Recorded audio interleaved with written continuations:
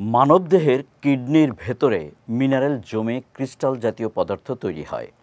মূলত একেই কিডনির পাথর বলা হয়। প্রতি বছর এই রোগীদের সংখ্যা যেমন বেড়ে চলেছে, তেমনি এই রোগে আক্রান্ত হয়ে বাড়ছে মৃতের সংখ্যাও। তবে ঘরোয়া কিছু পদ্ধতি অবলম্বন করলে সহজেই মুক্তি পেতে পারেন এই রোগটি থেকে। সেই পদ্ধতিগুলো কি কি, এ বিষয়ে বিস্তারিত থাকছে নুসরাত আহমেদের ডেস্ক রিপোর্টে।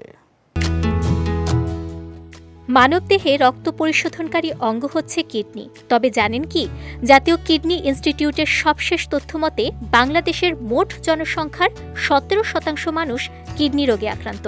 প্রতি বছর এই রোগীদের সংখ্যা বেড়েই চলেছে। এই রোগীদের মধ্যে অনেকেই ভুগছেন কিডনিতে পাথর হওয়ার মতো জটিল রোগে। অনেক সময় দেরিতে এই রোগ ধরা পড়ায় অনেকেরই মৃত্যু পর্যন্ত হচ্ছে।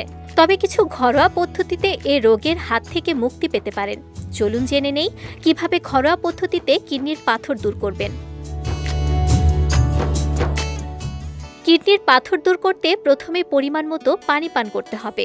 কারণ চিকিৎসকরা জানান, যদি পাথরের আকার ছোট হয়ে থাকে তবে পানি পান করার মাধ্যমে তার নিরাময় করা সম্ভব। তাছাড়া রোজ সকালে নিয়ম করে নাস্তা খাওয়ার আগে অথবা পরে পানির সঙ্গে লেবুর রস মিশিয়ে খেতে পারেন। লেবুতে থাকা সাইট্রিক অ্যাসিড ক্যালসিয়াম কিডনিতে থাকা ছোট ছোট পাথরগুলোকে ভেঙে বাহির করে দেয়। তুলসী কিডনির পাথর ভেঙে ফেলতে সাহায্য করে।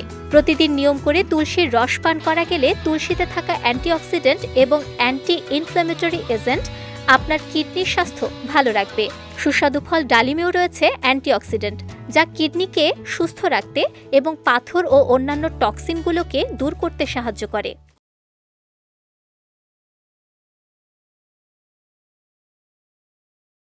কালোজিরা কিডনিতে ক্যালসিয়াম অক্সালেট স্টোন গঠনে উল্লেখযোগ্যভাবে বাধা দেয়।